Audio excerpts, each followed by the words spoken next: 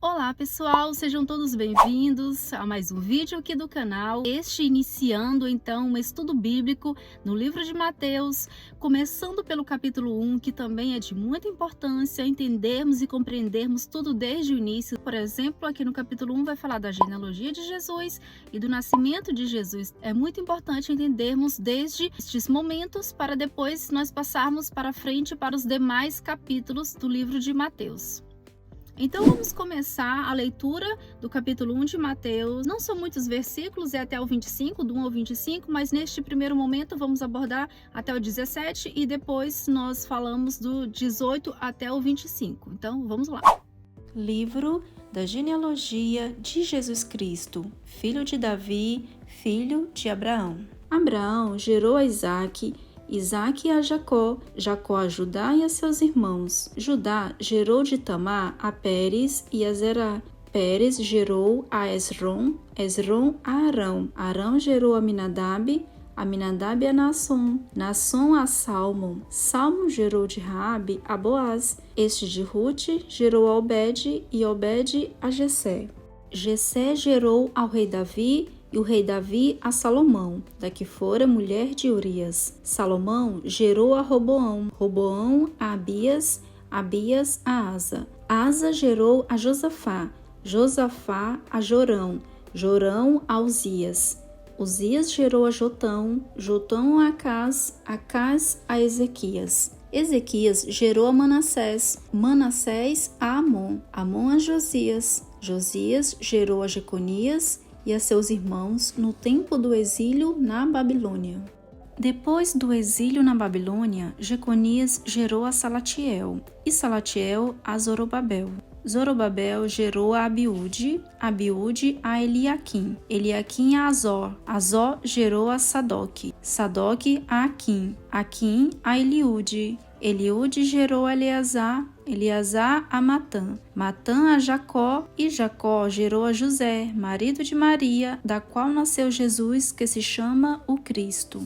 De sorte que todas as gerações, desde Abraão até Davi, são 14, desde Davi até o exílio na Babilônia, 14, e desde o exílio na Babilônia até Cristo, 14. Então, no início do livro, o autor fez questão de destacar a questão da genealogia de Jesus para demonstrar que, de fato e verdadeiramente, se cumpriu tudo aquilo que os profetas estavam anunciando no Antigo Testamento, conforme Deus orientou eles para falarem, para o povo daquela época como seria, então, o Messias aguardado, como ele viria, de qual descendência, de qual tribo, que aqui fala a tribo de Judá. Vou deixar os versículos bíblicos aqui para vocês do Antigo Testamento, onde foi profetizado alguns deles, porque em vários momentos teve essa questão falando que seria da tribo de Judá, que seria descendência de Davi, aquele que viria para salvar, para resgatar, o povo de Israel e toda a humanidade. Como nós sabemos, a salvação é para todos, a vinda de Jesus, morte e ressurreição, essa oportunidade se expandiu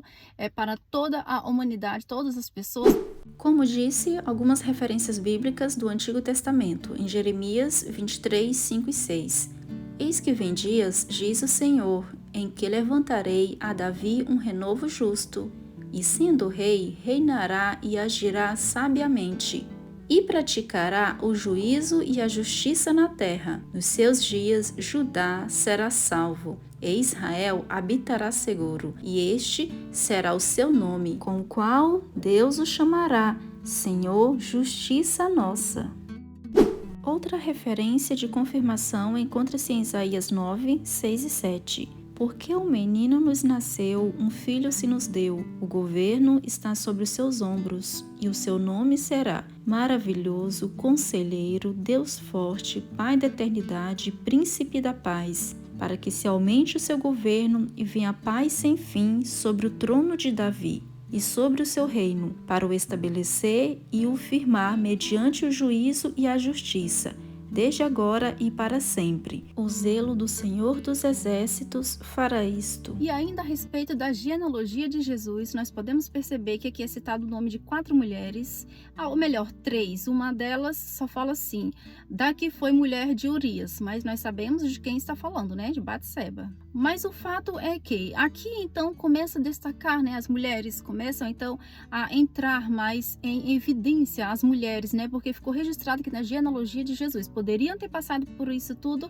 sem ter colocado o nome das mulheres, mas o autor deixou então escrito, e nós sabemos que a Bíblia, quando foi escrita, tudo que foi escrito, que foi deixado aqui, foi sobre a orientação do Espírito Santo. Tudo que foi deixado na Bíblia, escrito para servir para as demais gerações, foi inspirado pelo Espírito Santo, orientado pelo Espírito Santo. Depois, mais para frente, nós vamos perceber também como as mulheres teve um papel importante no ministério de Jesus, em toda a caminhada e jornada de Jesus, sempre tinha mulheres ali para servir ao seu ministério, né, para apoiar, para ajudar, para fazer aquilo que ele pedia, aquilo que ele necessitava. E mesmo quando ele ia a alguma cidade, como por exemplo naquela história da mulher samaritana, quando ele chegou naquela cidade, aquela mulher serviu de instrumento, né, para que a palavra dele fosse anunciada, fosse levada para aquela cidade, e toda aquela cidade veio ter com ele para ouvir mais e creram, e a salvação entrou naquele lugar. Então assim, em vários momentos da Bíblia a gente vai perceber que aqui então, no Novo Testamento, começa a destacar, né, e a valorizar mais um pouco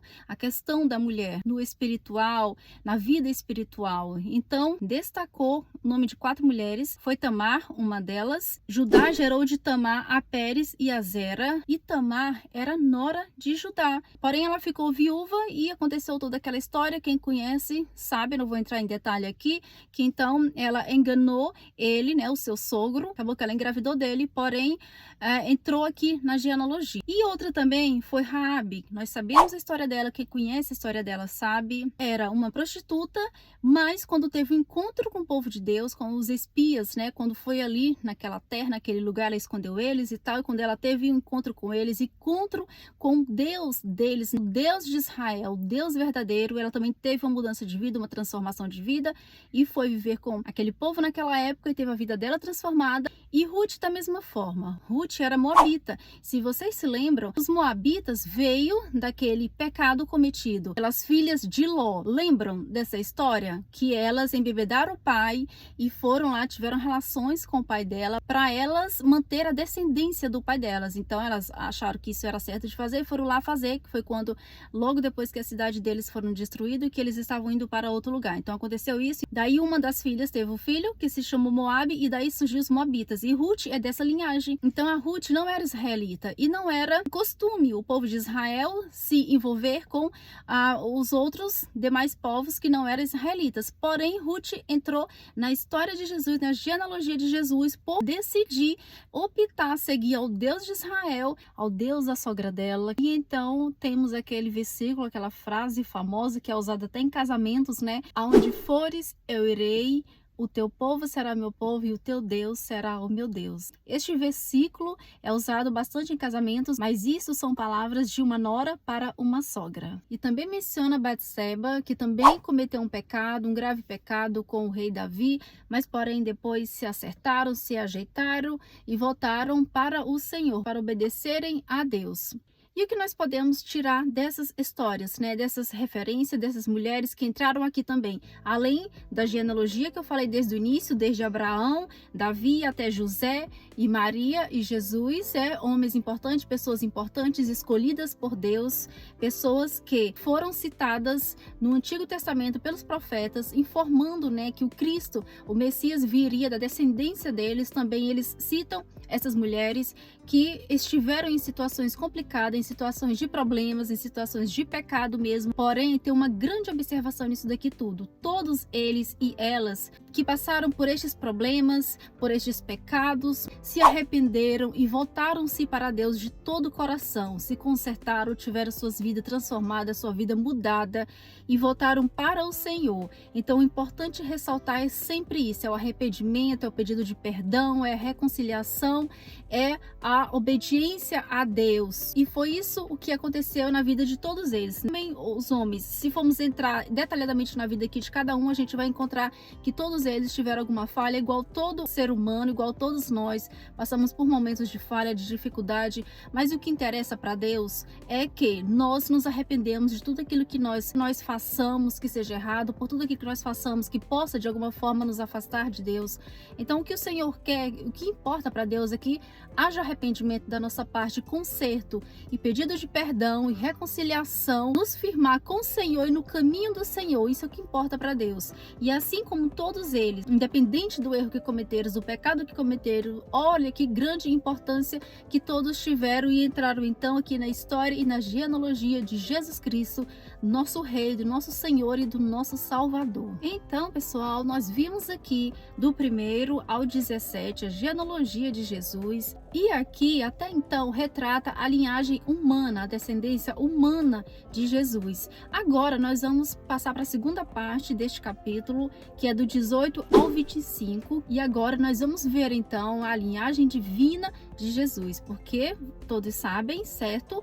Jesus esteve aqui na terra, foi homem, 100% homem aqui na terra, e Deus também. Então, primeiro nós vimos a linhagem humana, os descendentes, né, conforme estava escrito no Antigo Testamento que seria e que viria dessa forma, e então agora a forma divina como ele veio aqui para a terra. Ora, o nascimento de Jesus Cristo foi assim, que estando Maria, sua mãe, desposada com José, antes de se ajuntarem, achou-se ter concebido do Espírito Santo. Então José, seu marido, como era justo e a não queria infamar, intentou deixá-la secretamente. E projetando ele isto, eis que em sonho lhe apareceu um anjo do Senhor, dizendo: José, filho de Davi, não temas receber a Maria, tua mulher, porque o que nela está gerado é do Espírito Santo. E dará à luz um filho, e chamarás o seu nome Jesus, porque ele salvará o seu povo dos seus pecados. Tudo isso aconteceu para que se cumprisse o que foi dito da parte do Senhor pelo profeta, que diz: